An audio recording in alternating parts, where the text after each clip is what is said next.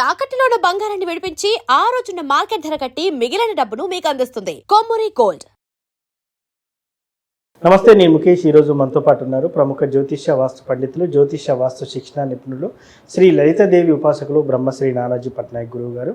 అదేవిధంగా జూన్ నెలలో 12 రాసుల వారికి ఎలా ఉండబోతుంది, 12 రాసుల వారికి మంచింత చెడంత, ఒకవేళ చెడున్న వారు ఎటువంటి రెమెడీలు చేసుకోవాలని గురువు గారిని అయితే అడిగి తెలుసుకుందాం.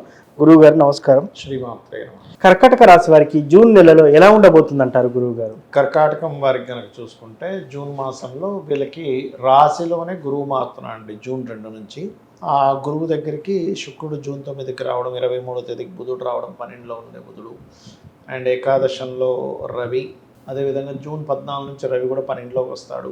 దశమంలో కుజుడు, భాగ్యంలో శని, అష్టమంలో రాహువు అండ్ చంద్రుడు అయితే మీకు పంచమ స్థానం నుంచి 12 రాశులు తిరిగి మళ్ళీ 6వ భావంలో కూర్చుంటాడు. 2లో కేతు ఉన్నాడు. ఈ రాశి వారికి ఎలా ఉండబోతుంది, ఏ దేవతారాధన చేయాలి, దేశకాల పరిస్థితి ఏమిటి అనేటువంటి అంశాలు చెప్తుంది నేనైనప్పటికీ చెప్పిస్తుంది సాక్షాత్ లలిత అమ్మవారిగా భావిస్తూ ఆ లలితాంబిక అమ్మవారి యొక్క అనుగ్రహం ఈ యొక్క కర్కాటకం రాశి వారికి బాగుండాలని మనస్ఫూర్తిగా కోరుకుంటూ, ఇక్కడ వీరికి ఎప్పుడైతే రాశిలో గురువు అంటే ఒక శుభగ్రహం ఉండి అగైన్ ఇంకొక శుభగ్రహం వచ్చి కలుస్తున్నందుకు ముఖ్యంగా వివాహం అవ్వటం లేదు అని ఇబ్బంది పడేటువంటి వారికి వివాహ యోగము, సంతానం కోసం ప్రయత్నం చేసేటువంటి వారికి కూడా సంతాన యోగం కలుగుతుంది. కానీ వీళ్ళు ఎట్టి పరిస్థితుల్లో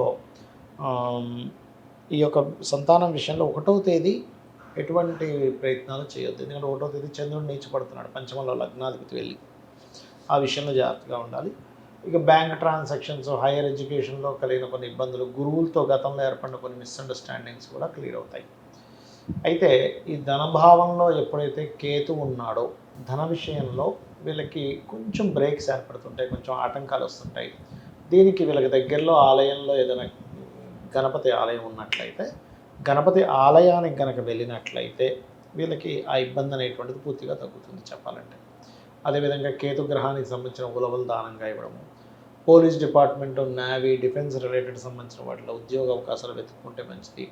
సహజంగా ఈ డిపార్ట్మెంట్స్ అనే కాకుండా జనరల్గా ఉద్యోగాలు చేసేటువంటి వారు ఉన్న ప్రదేశం కాకుండా వేరే ఇతర ప్రదేశాలు, అందులో ముఖ్యంగా నీటికి దగ్గరగా ఉండేటువంటి ప్రదేశాలు, సముద్రాలు, నదులు ఉంటాయి కదా, అలా దగ్గరగా ఉండే సిటీలకు కనుక వీళ్ళు ట్రై చేసుకున్నట్లయితే బాగుంటుంది చెప్పాలంటే. అయితే వీళ్ళకి ప్రమోషన్ కోసం ప్రయత్నం చేసినట్లయితే జూన్ 14 లోపల ప్రయత్నం చేయడం మంచిది చెప్పాలంటే. కాకపోతే వీళ్ళు ఎటువంటి రూపాయి వచ్చినా, రూపాయి ఖర్చు అయినా కూడా గణపతిని ఎక్కువగా ఆరాధించాలి. ఒక ఏదో డబ్బు తీసుకుంటున్నాం లేదా ఇస్తున్నాం, గణపతిని ఆరాధించుకుంటూ ఉంటే ఏమవుతుందంటే వచ్చిన రూపాయి నిలబడుతుంది. ఎవరికైనా మీరు ధనాన్ని ఇస్తున్నారు, అది ఏమవుతుంటుందంటే కాస్త ఎవరికైనా ఇచ్చినవి మళ్ళీ రిటర్న్ రావడం జరుగుతుంది. కాస్త ఇచ్చిన డబ్బులు రావట్లేదని అంటుంటారు. అలాగే వీళ్ళు కొంచెం కామేశ్వర ముఖాలోక కల్పిత శ్రీ గణేశ్వరాయ నమః అనే మంత్రం చేసుకోవడం అన్ని విధాల ఉత్తమం. వీరికి రాసుల వారికి ఇలా ఉన్నప్పటికీ కూడా దేశకాల మాన పరిస్థితుల ప్రకారం ఎలా ఉండబోతుంది అంటారు గురువు గారు? ఫస్ట్ ఆఫ్ ఆల్ ఏంటంటారంటే కుజుడు మీరు గమనిస్తే అంటే జూన్ మాసంలో కూడా కుజుడు ఉంటాడు. మే నుంచే మనకి 11లో సంచరిస్తున్నాడు, మే 11 నుంచే కూడా. కాబట్టి దీనివల్ల ఏంటంటే ఎండ ఎక్కువగా ఉంటుందండి. వద్దన్నా మళ్ళీ మనం అంతా చల్లారిపోయింది అనుకునేది కాస్త మళ్ళీ యుద్ధం పెరగడము, వైరస్లు రావడము, గురువు కర్కాటక రాశిలోకి సంచరిస్తున్నందుకు. అందుకని నీరు తాగే వాళ్ళు కాస్త చల్లార్చిన నీళ్ళు తాగడం మంచిది. అండ్ అదేవిధంగా కొన్ని ఎలా అంటే జల ప్రళయాలు అంటూ ఉంటారు, అటువంటివి కూడా కొంచెం చూస్తారు. ఈ జూన్ 2వ తేదీ నుంచి ఎప్పుడైతే కర్కాటకంలోకి వస్తున్నారు ఎప్పటి వరకు అది ఒక 5-6 మంత్స్ ఎక్కువ ఉంటుందండి. 1 year ఉంటుంది పూర్తిగా. అదేవిధంగా ఈ ధరలు పిచ్చి పిచ్చిగా పెరగడం, తగ్గడము, కొన్ని చమురు ఇట్లాంటివి లోటు రావడం లాంటివి చూపిస్తున్నాయి. అయితే నేను చెప్పేది ఏంటంటే ఇక్కడ వీళ్ళ రాశి నుంచి అంటే ఇప్పుడు చూడండి, మామూలుగా అయితే మే ఎండింగ్ అయిపోయి ఎండ అయిపోద్ది. అవును. కానీ ఈసారి ఏమవుతుందంటే జూన్లో కూడా ఎండ వాన 2 పెరుగుతాయి. ఓకే. ఒక పక్క వర్షము వస్తుంది, ఒక పక్క మళ్ళీ విపరీతమైన ఎండలు వస్తూ ఉంటాయి. అంటే ఈసారి ఎక్కువ కాలం ఎండాకాలం ఉంటుంది చెప్పాలంటే. ఓకే. అయితే మనం ఈ గోచార ఫలితాలు చెప్పుకున్నాం కదా, ఈ గోచార ఫలితాలతో పాటు ఎప్పుడూ కూడా వీళ్ళ పర్సనల్ చార్ట్లో పూర్వజన్మ కర్మని ఇచ్చే గ్రహం ఏంటో పట్టుకోగలగాలి. అది పర్టికులర్గా మనకి ఒక్కొక్క లగ్నానికి ఒక్కొక్కరు ఉంటారండి. మేషం వాళ్ళకి బుధుడు, శని. సో బుధ శనులకి ఎక్కువ దానాలు ఇస్తుండాలి. అంటే నువ్వులు, మినుములు, మన పెసలు. వృషభం వారు అనుకోండి వాళ్ళకి గురువు అవుతాడు, శనగలు ఇస్తూ ఉండాలి ఎక్కువగా. మిథునం వారు కందులు ఎక్కువగా ఇస్తుండాలి. అండ్ కర్కాటక రాశి వారు ఎక్కువగా వీళ్ళు ఇవ్వవలసింది ఏంటంటే బొబ్బర్లు ఎక్కువగా ఇస్తూ ఉండాలి. సింహం వారికేమో నువ్వులు, పెసలు.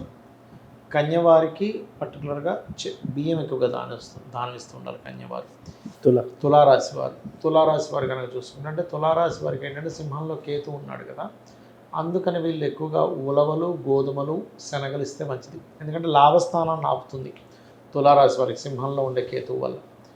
ఇంకోటి వృశ్చికం వారికి కనుక చూసుకుంటే పర్టికులర్గా ఇక్కడ వీళ్ళు పెసలు ఇవ్వడం చాలా మంచిది, మంచి ఫలితాలు వస్తుంటాయి.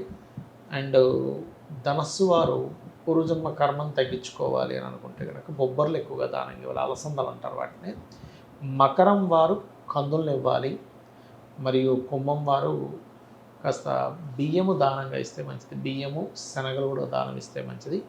మీనం వారికి ఎలాగో ఇప్పుడు ఏలినాటి జన్మరాశిలో ఉన్నది కాబట్టి కాస్త వీళ్ళు గోధుమలు, ఉలవలు, నువ్వులు దానం ఇస్తే చాలా మంచిది వీరికి. అంటే ఈ పూర్వజన్మ కర్మ అనేటువంటి తగ్గుతుంది.